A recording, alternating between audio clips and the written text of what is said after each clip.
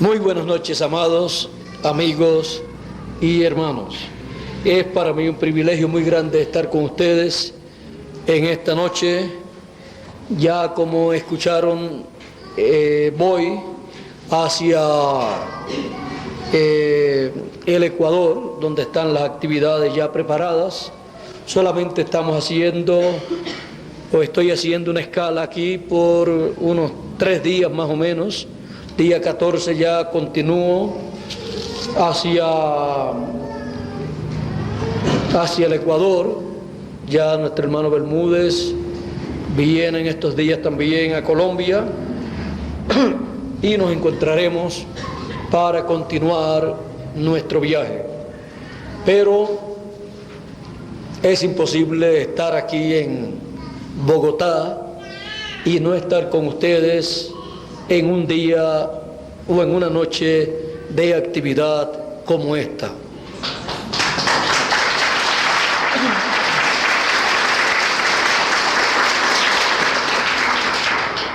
Aunque la garganta no la tengo funcionando muy bien, el domingo pasado la tuve muy afectada también para la actividad del domingo. Con todo y eso, mi corazón está con ustedes. Por lo tanto, la palabra que Él ha puesto en mi corazón y en mi boca, la doy a ustedes, aunque tenga un poquito afectada la garganta. Pueden tomar asiento si tienen la bondad.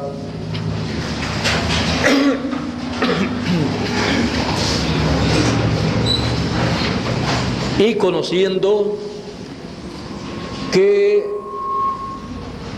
hay hambre espiritual sobre la tierra,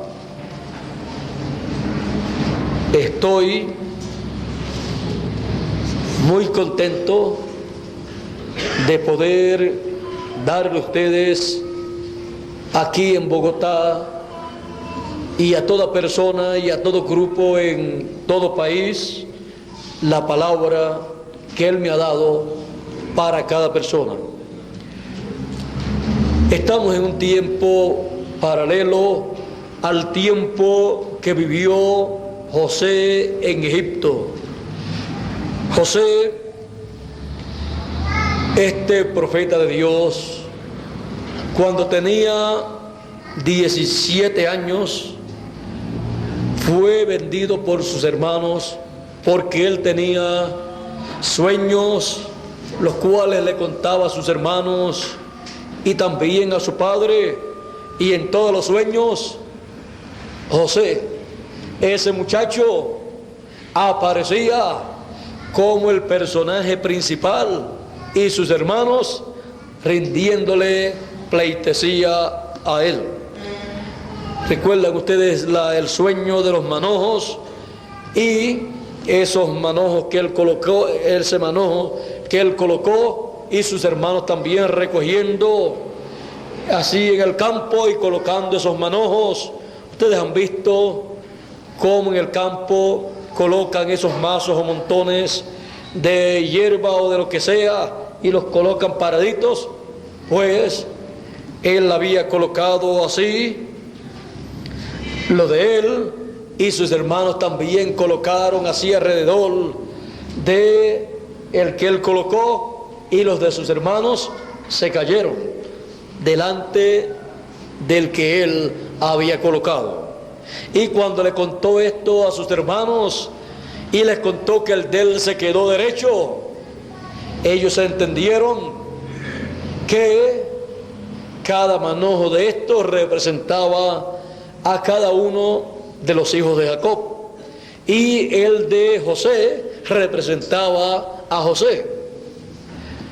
Y esto significaba que todos ellos se inclinarían delante de él. Pero en ese tiempo eso parecía ser imposible, pues José hasta ese tiempo era el hijo menor de Jacob. Luego, cuando ya José estaba en Egipto, luego nació Benjamín. Pero José era hasta el momento el único hijo de la mujer amada de Jacob. Y salió profeta porque así Dios lo determinó. Por esa causa tenía esos sueños, y todas las personas tienen sueños. Pero una cosa es lo que sueñe una persona y otra cosa es lo que sueñe un profeta de Dios. Así es que este sueño, aunque parecía ser algo sencillo, estaba mostrando lo que acontecería más adelante en la vida y trayectoria de José y sus hermanos, y aún de su padre también, porque en el otro sueño, en el segundo sueño que le contó a ellos, dice que vio al sol y a la luna y a 11 estrellas inclinándose delante de él. Eran 12 estrellas, pero se inclinaron 11, porque 11 se inclinaron delante de una, porque esa número 12 era José.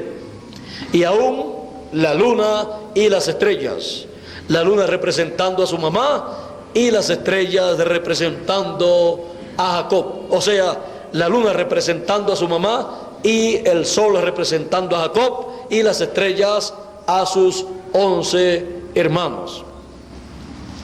Bueno,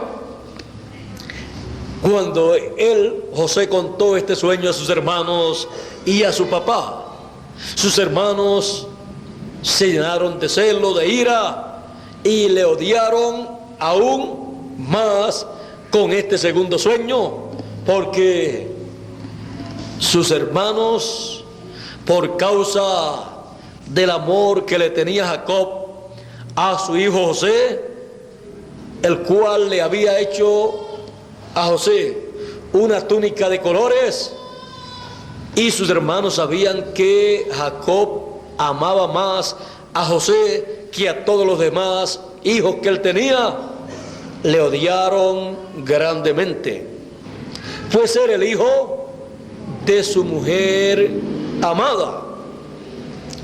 Así es que todo ese amor también lo depositó sobre su hijo. Y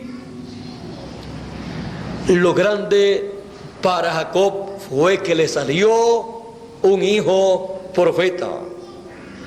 Jacob no sabía lo grande que era este hijo profeta en el programa de Dios, pero él vio en este sueño que tuvo José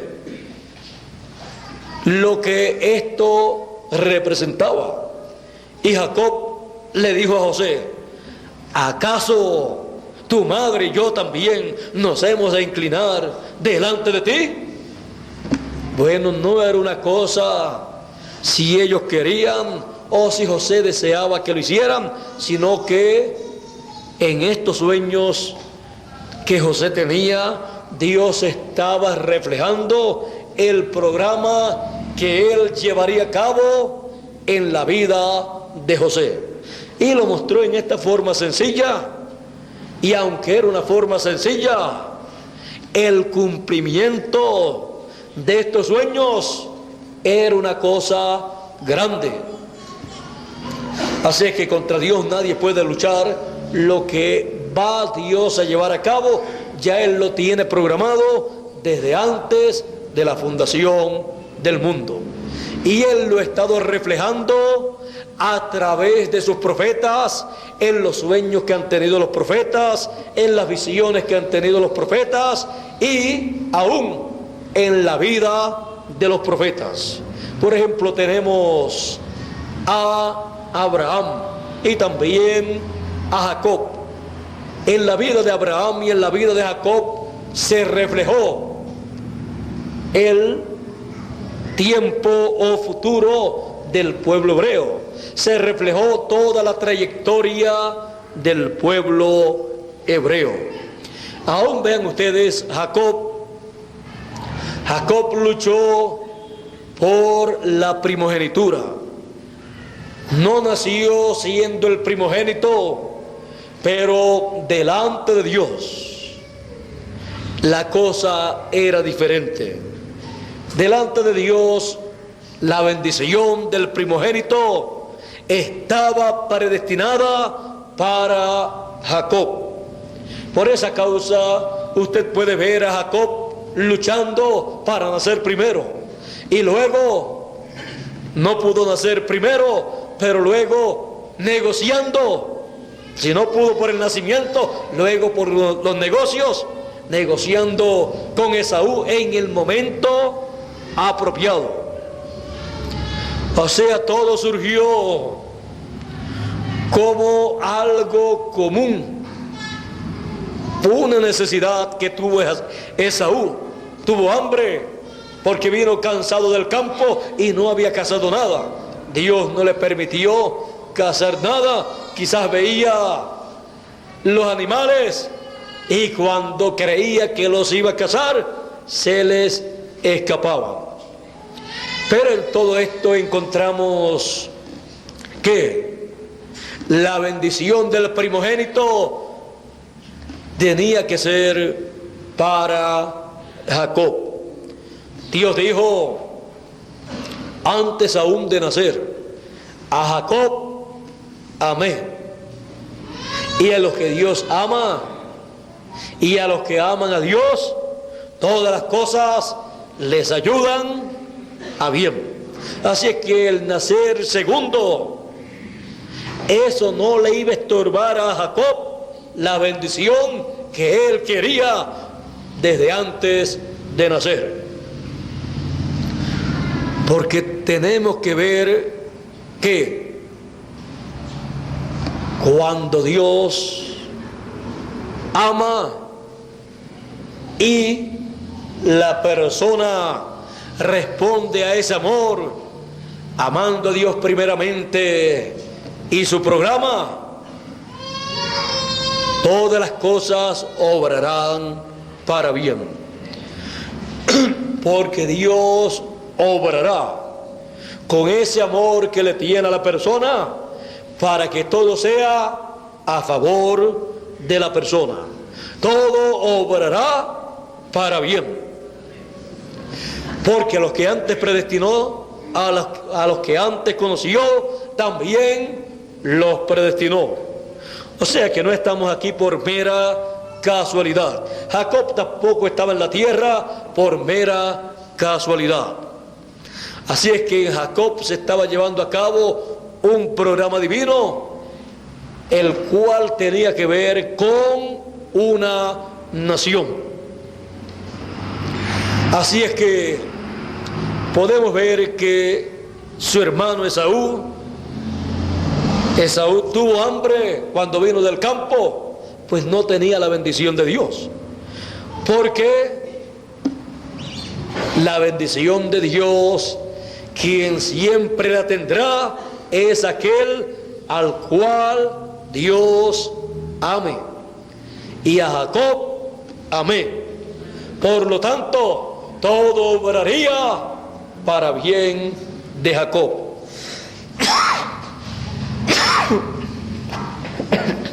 Y todo lo que Esaú creía que tenía, lo perdería, porque nunca podrá recibir la bendición de Dios una persona a la cual Dios aborrezca. Así es que Dios aborrecía a Jacob, o a Esaú. Así es que la bendición estaba ¿para quién? Para Jacob, aunque no había nacido primero. Ahí en ese negocio, cuando Esaú vio la comida muy bonita y él tenía hambre, le pidió a Jacob. Jacob vio que esa era la oportunidad de hacer un buen negocio e hizo un buen negocio que aparentemente no tenía ninguna garantía. Estaba dando algo que él podía tocar, que podía ver y que podía saborear, por algo que él no podía ver, no podía tocar, no podía saborear, pero era algo por lo cual él había luchado en el nacimiento. Pero él la podía ver, esa primogenitura, por la fe. Por fe, Jacob dio a Esaú la comida de lentejas y aceptó la palabra de Esaú, que le daba, le vendía la primogenitura. Para Jacob, por la fe, era suficiente la palabra que Esaú le daba, que le vendía la primogenitura y que era un negocio ya hecho, un negocio cerrado. Así es que aquí está la comida, le dijo Jacob a Esaú, y se quedó con esa palabra por la fe.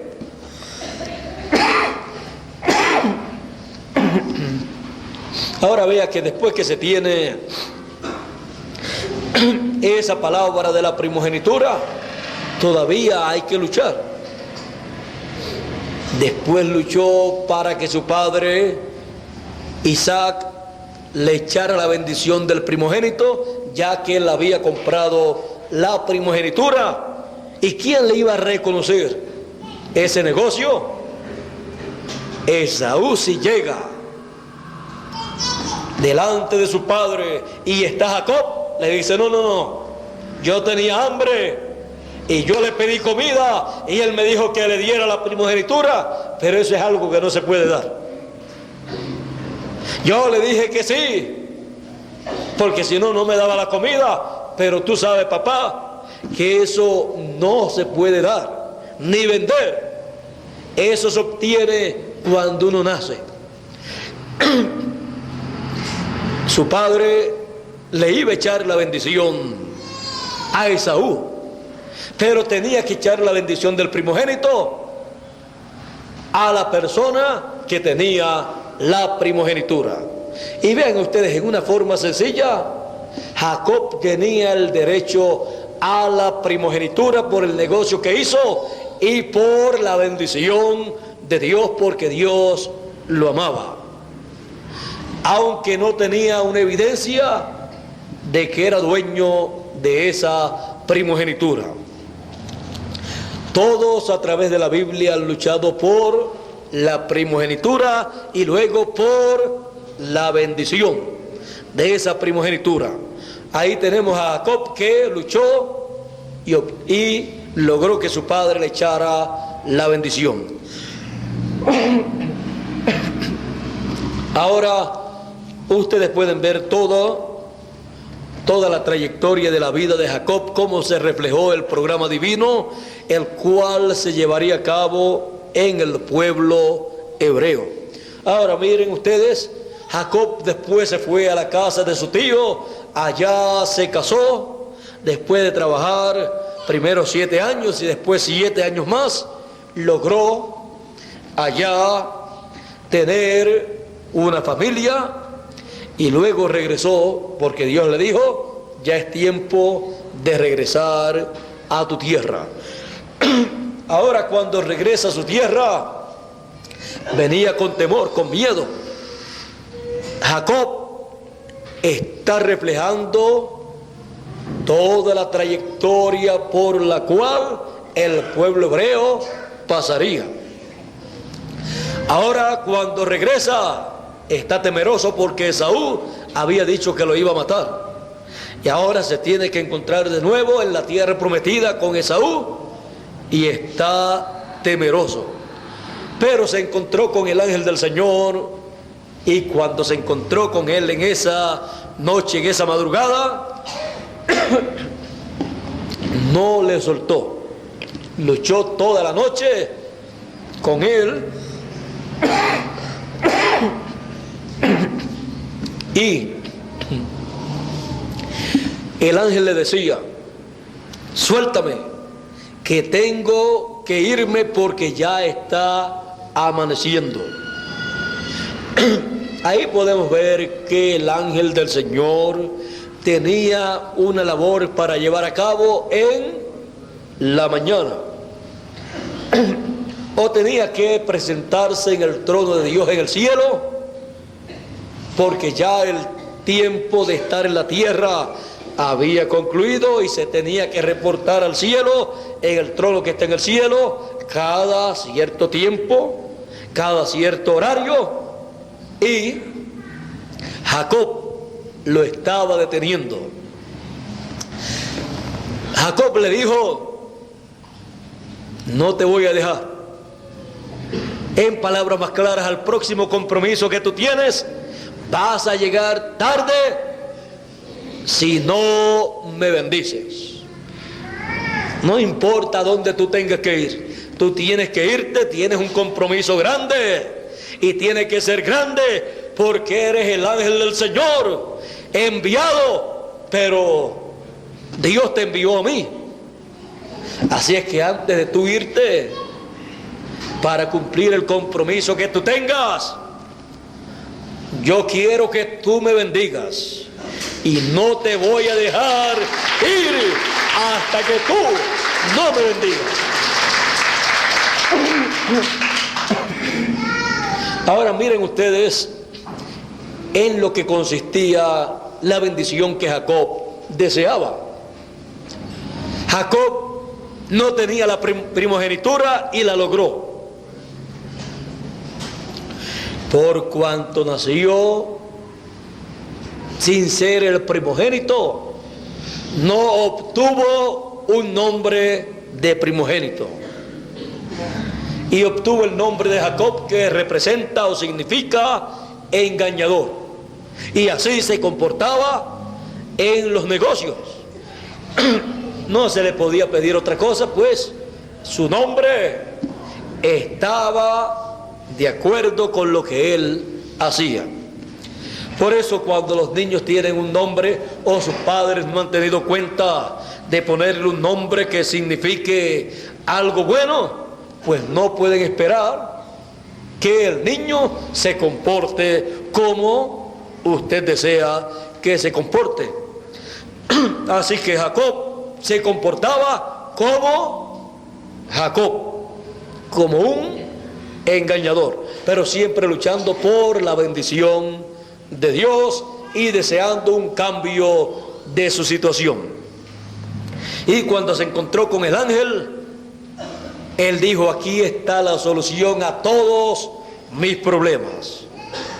Aquí yo voy a recibir la bendición del ángel y voy a tener un cambio.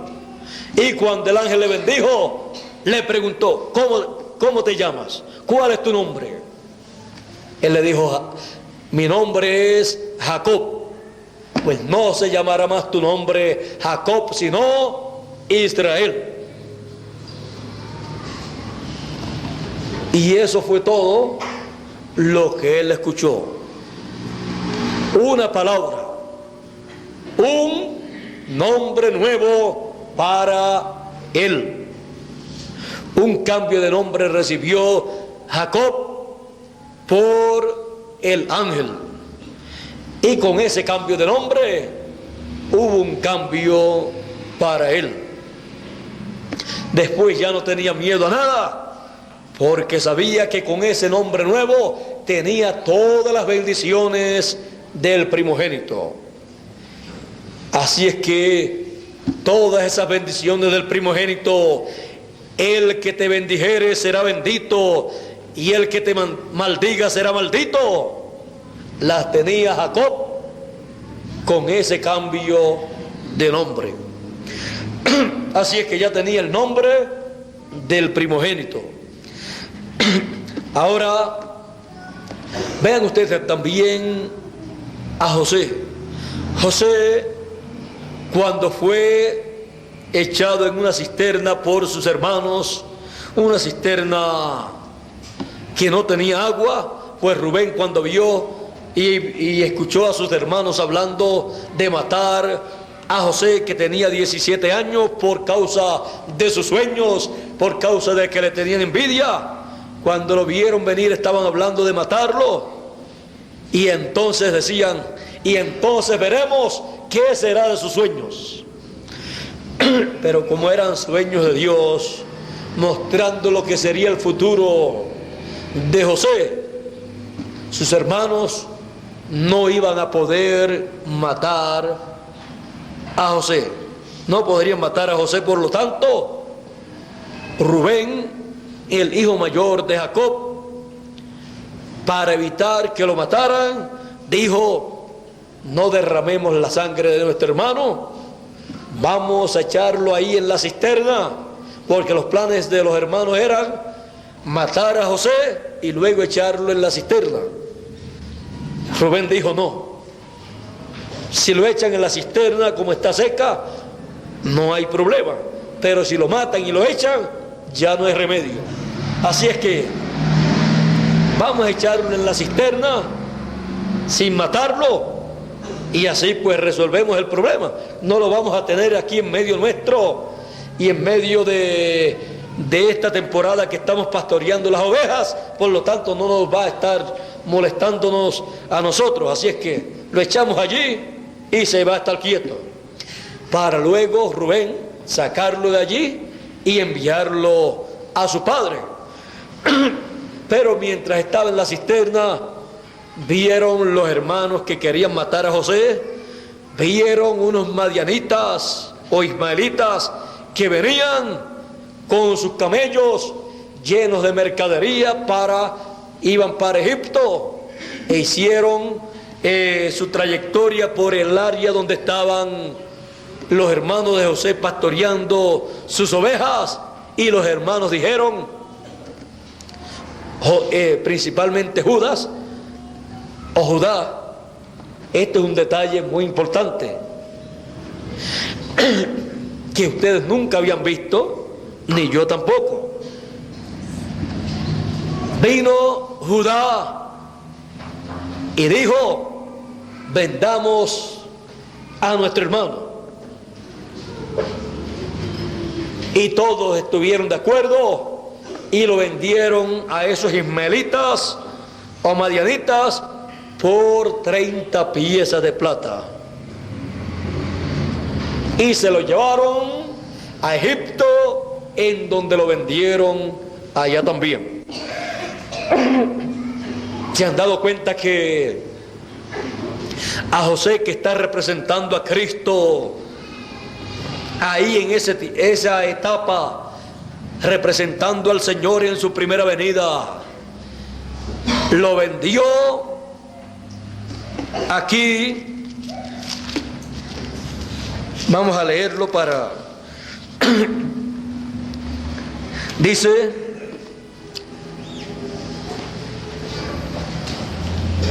sucedió pues que cuando llegó José a sus hermanos, ellos quitaron a José su túnica, la túnica de colores que tenía sobre sí, y le tomaron y le echaron en la cisterna, pero la cisterna estaba vacía, no había en ella agua. Y se sentaron a comer pan, y alzando los ojos miraron, y he aquí una compañía de ismaelitas que venía de Galat, y sus camellos traían aromas, bálsamo y mirra, e iban a llevarlo a Egipto. Entonces Judá dijo a sus hermanos: ¿qué provecho hay en que matemos a nuestro hermano y encubramos su muerte? Venid y vendámosle a los ismaelitas, y no sea nuestra mano sobre él, porque él es nuestro hermano, nuestra propia carne. Y sus hermanos convinieron con él. Y cuando pasaban los madianitas, que son los mismos ismaelitas, mercaderes, sacaron ellos a José de la cisterna y le trajeron arriba, y le vendieron a los ismaelitas por 20 piezas de plata. Por 20 piezas, había dicho 30, fueron 20 piezas de plata y llevaron a José a Egipto. Ahora ven ustedes que el que tuvo el plan de vender a José fue Judas o Judá. También quiso evitar que lo mataran, pero el plan salió de Judá y sus hermanos estuvieron de acuerdo con él en la venta de su hermano por 20 piezas de plata. Y allá, cuando se materializó en el Mesías esta venta por el Mesías, Judas Iscariote lo vendió por 30 piezas de plata. Sí, nos podemos ver por la devaluación y estas cosas, pues quizás pues ya era lo mismo o quizás el valor era menos. O sea que el equivalente, si lo miramos desde el punto de vista comercial, pues estaba por ahí quizás. Bueno, pero esto no es lo importante, sino que lo vendieron por dinero. Ahora, vieron ustedes que el que tuvo el plan de vender a José se llamaba Judá, y el que tuvo el plan de vender a Jesús se llamaba Judas Iscariote. Bueno, pueden ser casualidades, aunque en el programa divino no hay casualidades. Bueno, ya hemos visto cómo todo esto se ha estado moviendo, cómo la vida de José, siendo un profeta que estaba reflejando la primera venida y la segunda venida de Cristo, del Mesías, del Hijo del Hombre, cómo tenía una trayectoria que seguir. Aunque José no la entendía, José estaba viviendo en su propia carne esa trayectoria que se estaba reflejando en la vida de él. Ahora vean ustedes, cuando llegó a Egipto tuvo un sinnúmero de problemas, pero luego, por los mismos sueños por los cuales había sido aborrecido de sus hermanos y había sido vendido, por tener sueños de Dios y tener la interpretación a los sueños del faraón y también de otras personas, subió al trono para cumplirse así los sueños que había tenido relacionados con su papá, su mamá y sus hermanos. Ahora ven ustedes, cuando subió al trono, fue el segundo en el trono y no se movía una mano ni se movía un pie sin la autorización de José. Y cuando él salía se tocaba la trompeta y se anunciaba que José había salido, que estaba caminando, y toda rodilla se doblaba a la presencia de José. No importaba lo que estuviera haciendo la persona, no había nada más importante que la presencia de José en ese momento. Toda persona tenía que dejar lo que estaba haciendo, no importaba lo importante que fuera lo que él estaba haciendo, porque estaba reflejando que no hay nada más importante en la segunda venida del Señor que la segunda venida del Señor.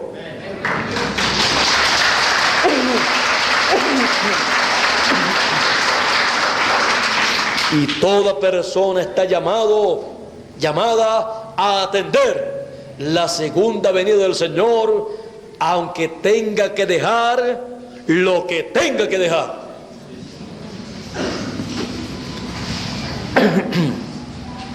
El que no atendiera la venida de José cuando se tocaba la trompeta, entonces tenía la sentencia de muerte. Y así es para la venida del Señor. Los que le reciben vida. Los que le rechacen en su venida recibirán la muerte. Él trae la vida y la muerte, la bendición y la maldición. Él trae para los que le han de recibir todas las bendiciones apocalípticas, todas las bendiciones de la primogenitura. Y para los que le rechacen, entonces trae las plagas apocalípticas. Así es que no podemos dejar de entender estas cosas. Ahora, vean ustedes que José, cuando estaba en el trono, cuando subió al trono, el faraón dijo, lo presentó al pueblo y dijo: toda persona venga a él y hagan todo lo que él diga. O sea, a él oíd. Había sido adoptado en el trono. Está representando la adopción. Y siendo el segundo en el trono, nada se hacía en el reino del faraón sin la autorización de José, porque todos los negocios del faraón, del rey, habían sido entregados en la mano de José.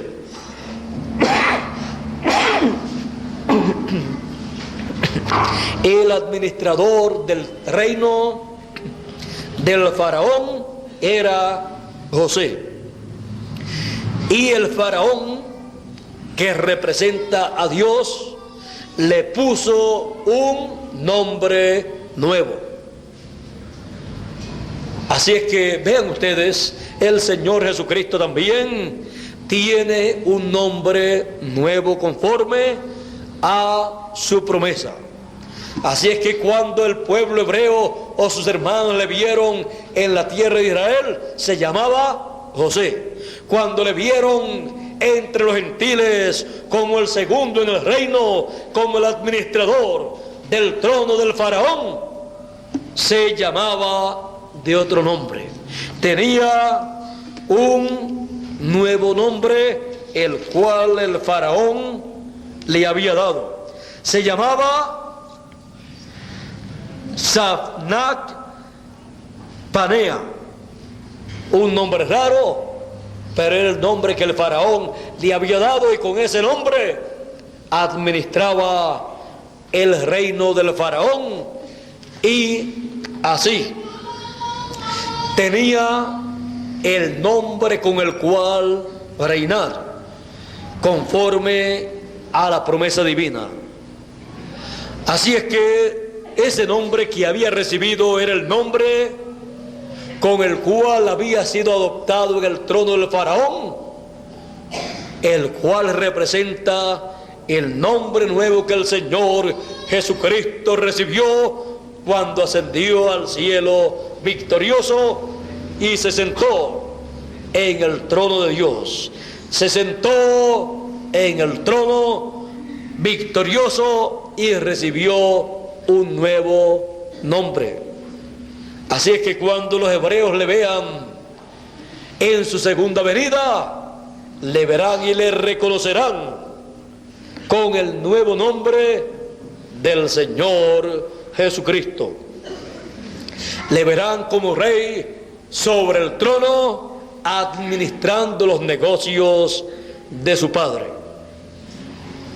Estará en el tiempo en que habrá hambre sobre toda la tierra, no hambre de pan ni sed de agua, sino de oír la palabra de Dios.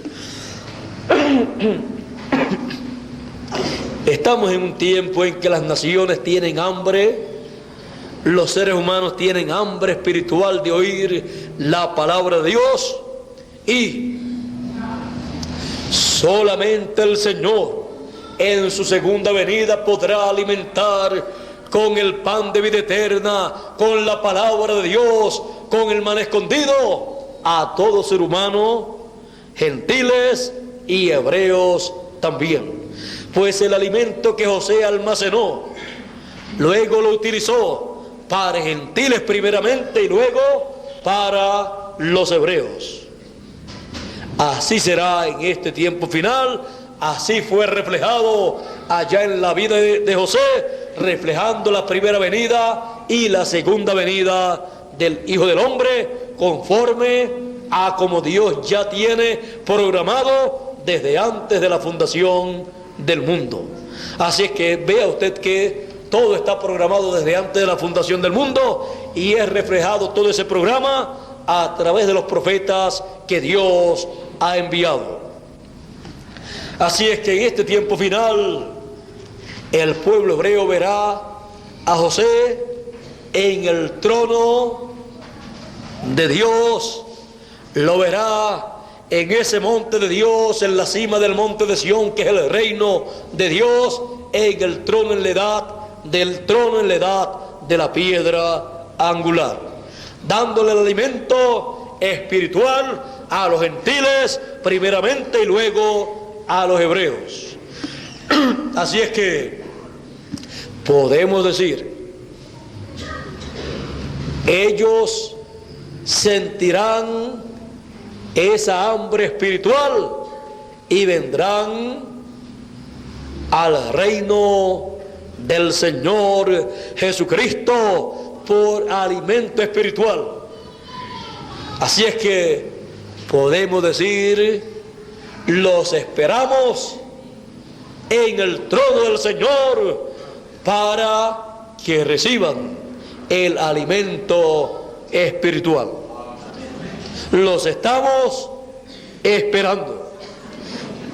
Así es que ese es el mejor lugar para esperar a el Israel literal 144,000, porque el Israel espiritual ya está siendo alimentado desde el trono del Señor Jesucristo en este tiempo en que vivimos. Bueno, hay hambre sobre la tierra, pero hay alimento en el reino del Señor, como hubo alimento en el reino del faraón. Y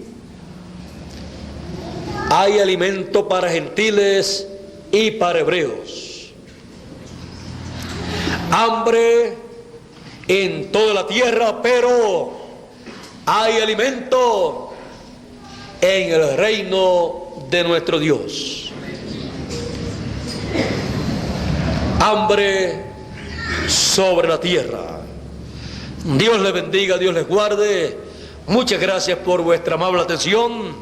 Ha sido para mí en esta noche un privilegio muy grande estar platicando con ustedes, quizás no en una forma de una conferencia bien formal, sino así en esta forma de plática, tomando a través de la Escritura la historia o vida de Abraham, de Jacob y también de José, para ver lo que todo esto significa en nuestro tiempo conforme al programa que Dios está desarrollando en medio de los gentiles y que llegará a los hebreos también.